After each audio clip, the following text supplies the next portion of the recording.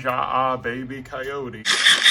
These guys are vultures. And he'll just sit there sucking on it. Still learning how to climb out. He knows that we're helping him. It's in his wing. And these guys love each other. Completely behind enemy lines. Look at this annoying little man. Be gone, rotten boy.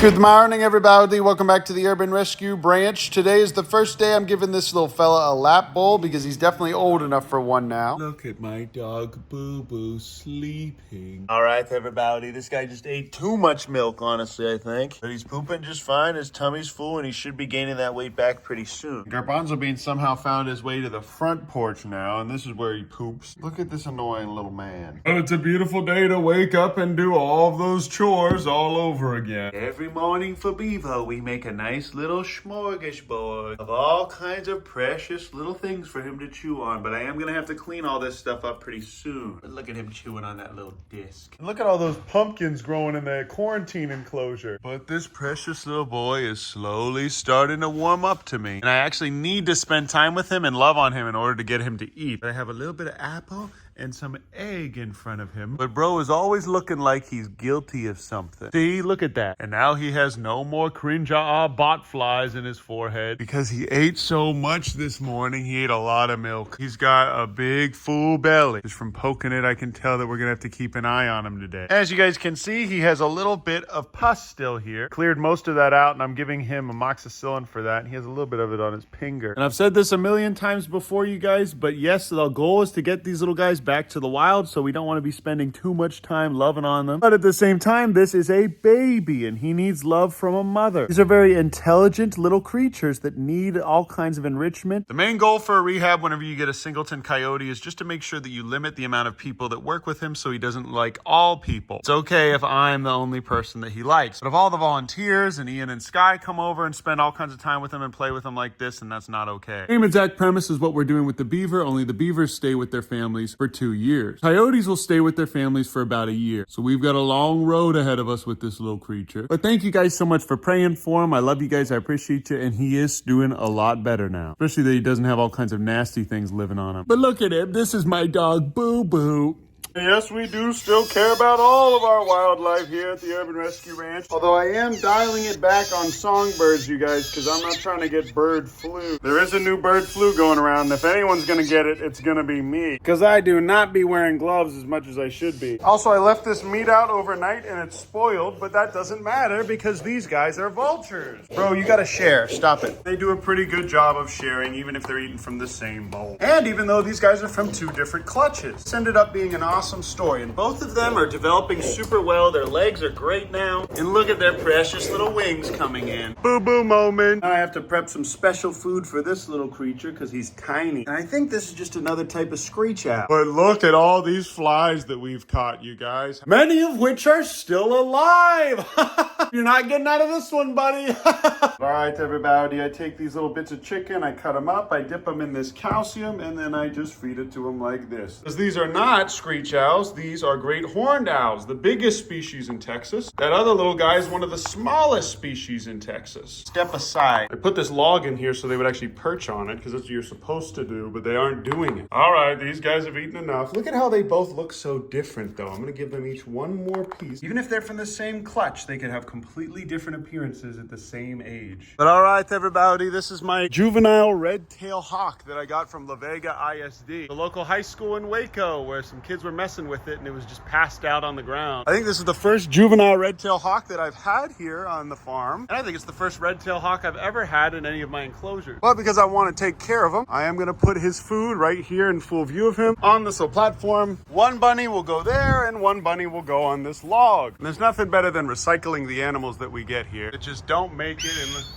Oh, that was his little happy yell because he has food to eat now. And this red shoulder hawk, who is about ready to go back to the wild, has these little things to eat today, and we'll be releasing him very, very soon. Oop, getting another call on the rehab phone. Precious little creature. Look, guys, Gustavo has a friend, and he's doing okay in here, and they get plenty of sunlight through this window. And from the looks of it, I don't really need to be feeding him, because this boy is looking really fat, and there's 2 less crawfish in here than there were yesterday. okay, and some extra claws. But all right, everybody, I'm almost done with my morning routine. I don't know where the other owl is. And this little owl was under here for some reason. I found out that there was a mouse and a big frog over here. So he's hunting. How cute is that, you guys? He's hunting. This is the perfect enclosure for this little fella who's already learning how to hunt. All right, everybody, I suppose I'll show you the rest of the property. The domestic animals are still horrible and annoying, even though I do still love them. Hey, you know what?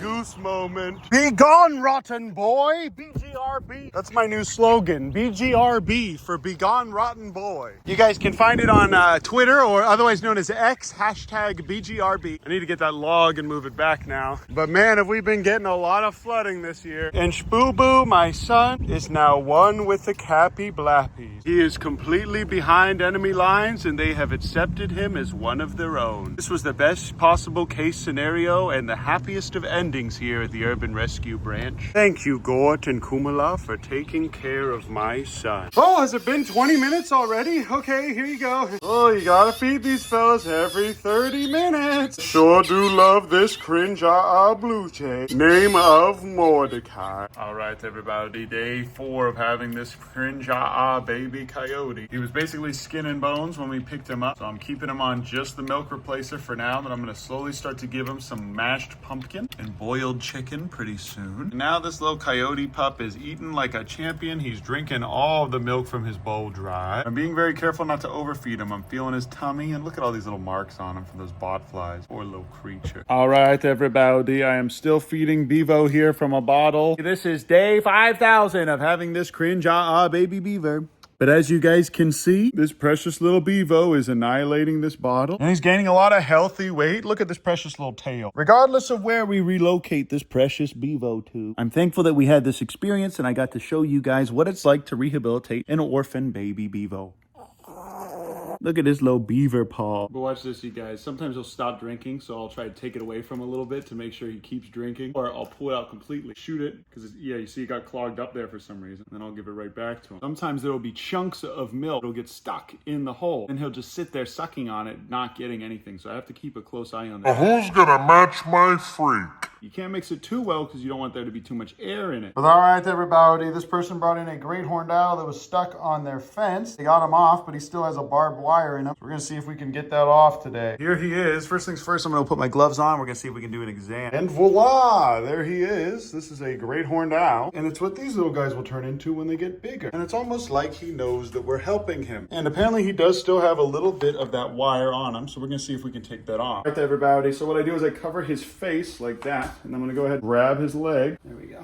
Hey. Oh yeah, and I see that. Look at that wire right there on him. But you can see this big chunk of metal that has gotten stuck on him. We're going to see if we can take that off today. Don't do what I'm doing. I still am incurring a risk that you guys should never take, even if you are a rehabber. First, we're going to go ahead and cover his face. So it doesn't stress him out anymore. First, I'm going to go ahead and disinfect everything around here, you guys. Interesting. A lot of it's just tangled in the feathers, which is good. A good bit of this is tangled in his skin. All right, everybody, I just removed it, as you can see here. I'm going to go ahead and flush that with betadine. All right, everybody, now that we went ahead and got the barbed wire off of him, and we put some wound powder on there, I'm going to go ahead and give him an injection of this iso fluid. Probably just about 30 milliliters. A stressful event like that will 100% dehydrate them, and that could kill them. As you guys can see, the rubbing alcohol will wet all of his feathers and move them away, so we know where to inject it. It's going to be right here in the skin. And like I've showed you guys before, we just go ahead and fill a little bubble up on his armpit. And this is the fastest way to rehydrate one of these animals. But don't worry, guys. We'll have Ian and Sky clean this all out tomorrow. There it is, you guys. The poor thing had this in his wing. He had been stuck there for a while. All right, everybody. I'm putting these foxes in here so I can clean out their other enclosure in the other room. But look at them. They're a lot more friendly now. With me, at least. At least one of them doesn't try to bite me all the time. They just know me as the food guy now. But this is the gray fox. And if you guys remember, we had a bunch of these last year. And when they came in, they were a little bit bigger than this. Now all they do is run around and yip and yap. But they have been pooping in a litter box, which has made cleaning their enclosure so much nicer. But sometimes they miss, so I have to go and spot clean. And these guys are getting dangerously close to learning how to climb out. But they're not quite there yet. But look how how precious they are. And these guys are just about ready to go into their outdoor enclosure where we will no longer hold them or cuddle them or show them any affection at all. But just like the 7 from last year, even if they are super friendly at this age, we can always rewild them and get them right back to the wild when they're older. This cringe groundhog has learned how to get out of literally every enclosure that we've put him in, and so have the prairie dogs. And these guys love each other, as you can see here. So it's okay for them to be together, but this little guy is jumping out, and I think it's because I put this little thing in here. And we don't want these fellas interacting with each other, so it's about time we put them all in their outdoor enclosures. But that's why it's much better for these cringe little animals to be in here, where we can zip up the top and cover it with this sheet so they can stay wild. And for now, these guys are actually getting along really well together. But I am going to keep a close eye on them and watch them and supervise them, because we do not need these guys to be fighting, because I'm pretty sure this groundhog would win. Regardless, we need to get a better setup for these guys outside pretty soon. And this baby coyote, who is stable now but still needs a lot of special care, is doing much better, but it's going to be a little bit longer before he's out of the weeds. And this is going to be his new setup, so he can actually stretch his legs, making sure not to give him too much food because of refeeding syndrome. Bear in mind, he is very, very emaciated, but he has been eating like a champ, and he's starting to get a little bit more exercise. And emaciated dogs still need to get exercise, you guys. Like I've said before on the channel, coyotes are basically just dogs. They have the exact same genetic makeup, and a coyote can breed with a dog, and their babies are fertile offspring. That just shows you how genetically close they're related to dogs. And he actually just growled at me when I took his food away, which means that he's doing a lot better now, you guys. And I'm also giving this little guy some amoxicillin. And hey, it's me from the future again, and this little road runner is doing much better now. Look at this little fella. He's responding well to his antibiotics. Please keep him in your prayers, you guys. I love you. I appreciate you. Thanks so much for watching my vidyas, and I'll see you guys in the next video. Oh, I almost forgot to tell you.